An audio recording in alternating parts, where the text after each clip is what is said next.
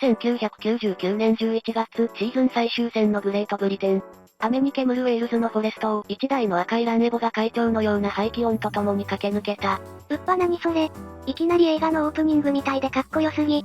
その瞬間、WRC 史上初のドライバーズタイトル4連覇が決まったんだ。ドライバーの名前はトミ・マキネン。4連覇？それってもう人類の領域超えてるじゃん。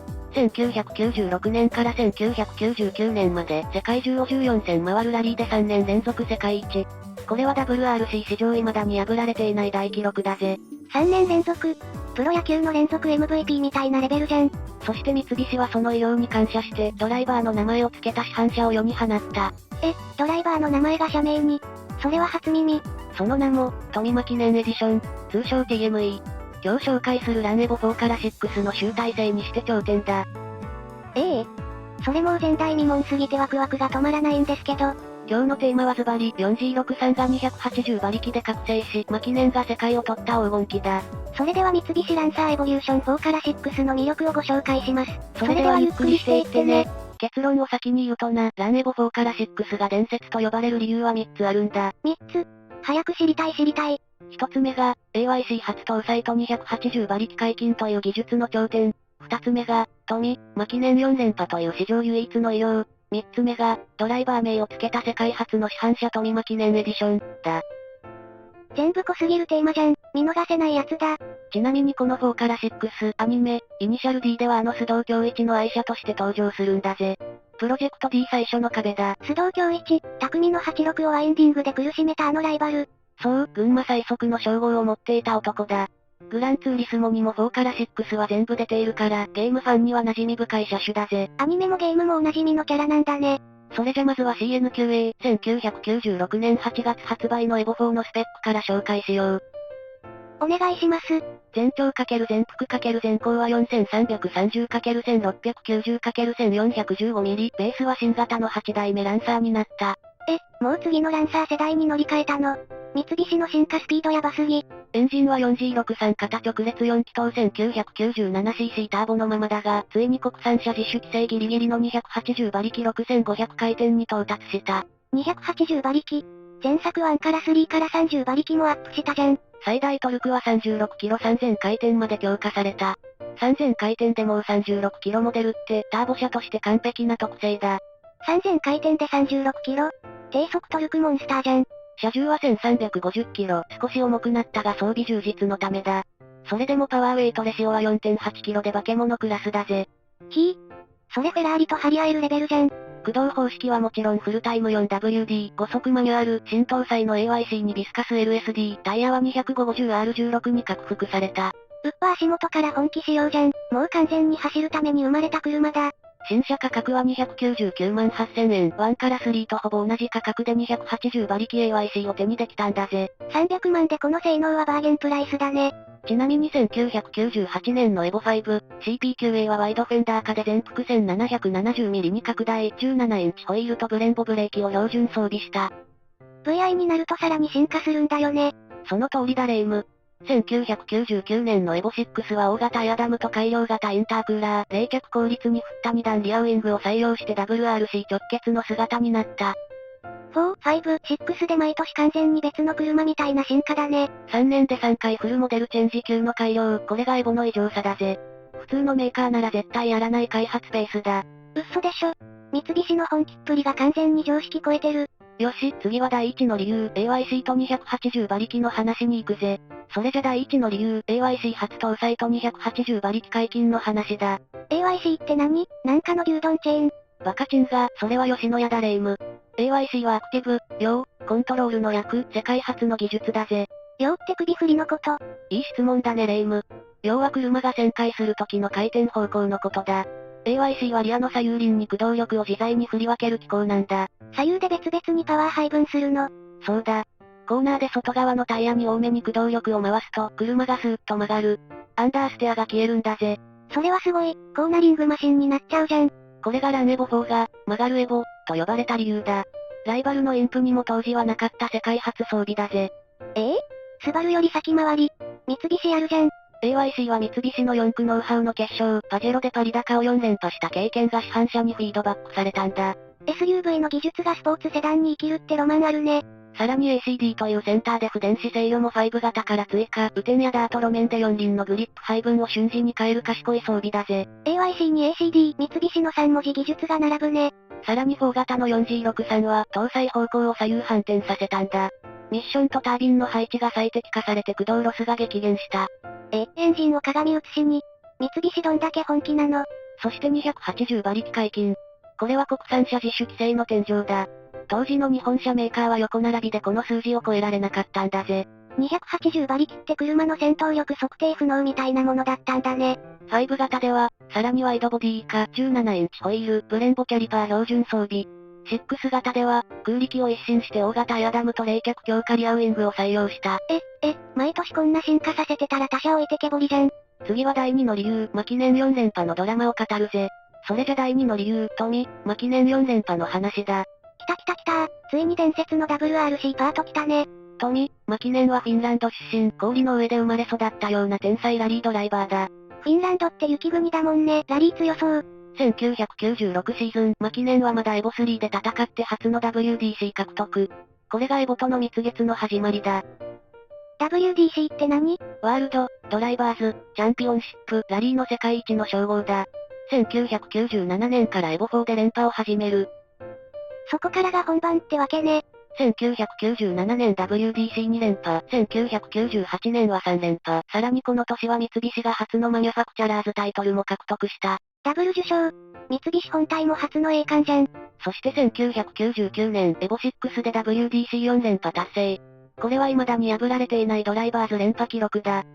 25年以上も誰も超えられない記録ってロマンしかない。印象的なのは1999年のニュージーランドラリー。新型エボ6のデビュー戦でいきなり優勝を飾った会心の一勝だ。デビュー戦で勝つって持ってる男すぎる。1997年のサンレモではエボ4デビュー戦でいきなり優勝。1998年のフィンランドラリーは地元マキネンが空中数十メートルの大ジャンプを連発して圧勝した。地元のフィンランドで勝つって最高にドラマチックだね。1999年は最終戦のグレートブリテンまでもつれたが、マキネンが冷静にポイントを稼いで4連覇を決めたんだ。プレッシャーかかる最終戦で冷静に走れるのがチャンピオンだね。ライバルのコリン・マクレイは1995年 WDC を取った天才。このマキネン対マクレイが WRC 史上最高のライバル対決と言われているんだぜ。うわスバル対三菱の頂上対決、もう胸熱すぎて泣けるレベルじゃん。次は第3の理由、マキネンエディションの話だ。それじゃ第3の理由、TME の話に行くぜ。ドライバー名そのまま付けたシリーズ名、それだけでもう特別感半端ない。正式名はマキネンエディション、通称エボ 6.5 とも呼ばれる。2000年1月発売のエボ6特別仕様車だ。4連覇直後の節目に出すって完璧すぎるタイミングじゃん。そう、4連覇の余韻冷めぬうちに三菱が公式の感謝モデルとして送り出した。ドライバーの名前を付けた世界初の市販車なんだぜ。世界初？それは歴史的じゃん。見た目はラリーアートの真っ赤なボディカラーが象徴的。専用エアロ、フロントバンパー両端には独立したカナードまで付いている。カナードって戦闘機みたいなパーツのこと。そうだレイム、まさに空力部品の元祖だ。17インチの円形ホワイトホイールにブレンボキャリパー、レカロシートが標準装備だ。オプション全部入りの夢仕様じゃん。エンジンはチタンアルミ合金製タービンを採用。低回転からのレスポンスがエボ史上最高に磨き込まれた。タイヤと足回りとエンジン全部チューニング済みなんだね。色も赤だけじゃなくホワイト、シルバー、ブラックの4色展開。当時の新車価格は325万8000円。現在の中古市場ではこれが大化けする。大化けの話、後の投資視点で気になるところ。足回りもマキネン仕様で専用ローダウンセッティング。車高が10ミリ低くなって重心が下がっているんだ。本人の好みで足回りまで仕立ててるって細部までこだわってるね。内装はカーボン超パネルに桃の桃ステアリング。シートはレカロのフルバケに近いセミバケットだ。ウッパ全部入り、もう走り屋が夢に見るやつフルセットじゃん。次の章ではアニメと漫画の話だ。レイムの好きそうな話題だぞ。ランエボ4から6といえばアニメ、イニシャル D のプロジェクト D 編だ。プロジェクト D 編って遠征バトル始まる章だよね。そうだぜ。プロジェクト D 初戦で86の前に立ちふさがったのが、乾真司のエボ4、CN9A だ。乾真司、あの子は表のドライバーね。前作で紹介した須藤京一のエボ3も含めて、イニ D のエボ乗りは強敵揃い。三菱ファンにはたまらない構成だぜ。それもう ND のライバル代表格じゃん。作者の重野修一はランエボ世代の象徴的描写を多用しているから、旧車ファンが熱くなれるエピソードが満載なんだぜ。作者がちゃんと車好きだと描写も説得力あるよね。ゲームではグランツーリスモシリーズに初代から全エボが登場、特に GT2 では4型 RS が人気の入門マシンだった。RS、それも気になる名前。RS は、ラリー、スポート、の略、エアコンなし、ABS なし、パワーウィンドウなしの究極スパルタングレードだ。装備外して軽量化したガチ仕様ってことね。次は永遠のライバル、スバルインプレッサの話だ。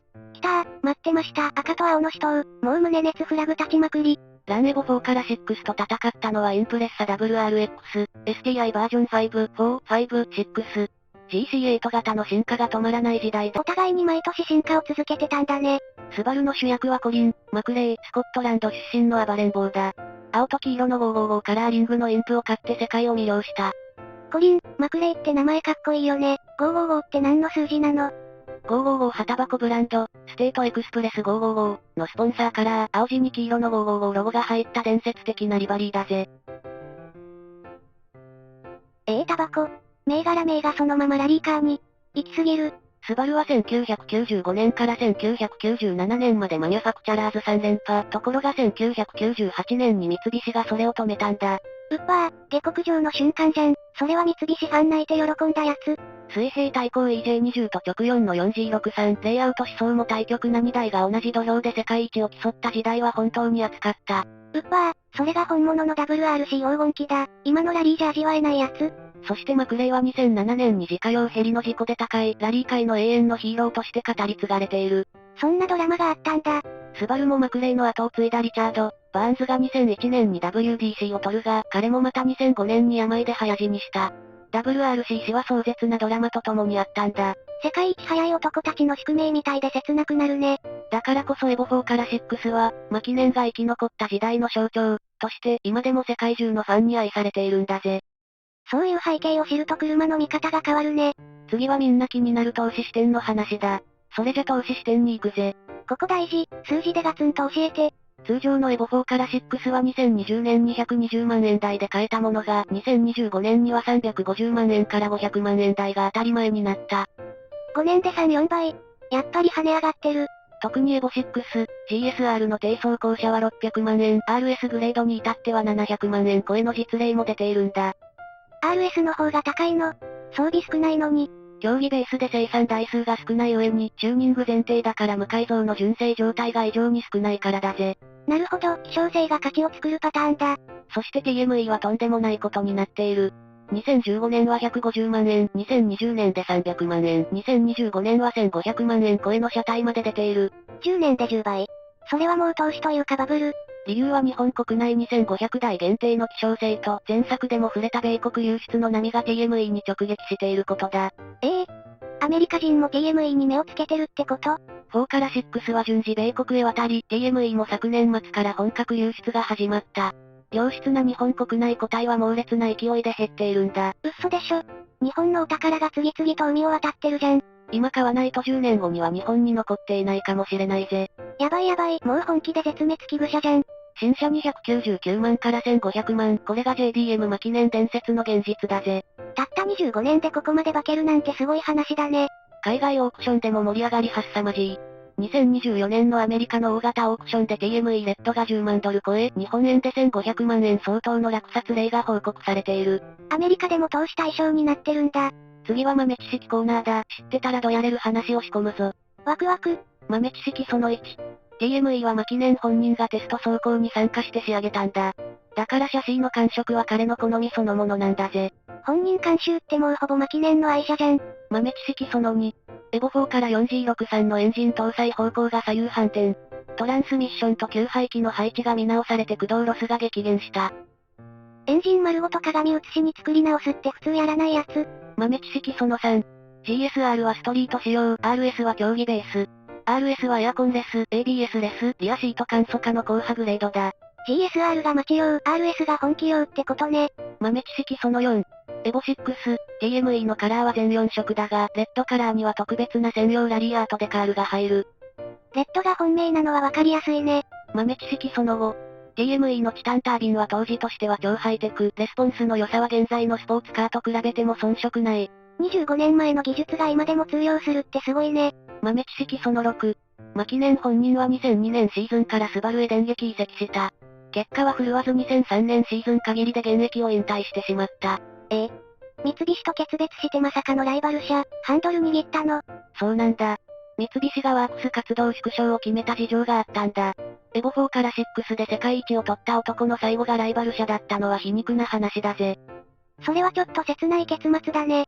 とやれる知識をしっかり仕込んで、次は評判の話に行くぜ。それじゃランエボ4から6の評判だ。いいところと悪いところ、両方教えて。いい点は3つ。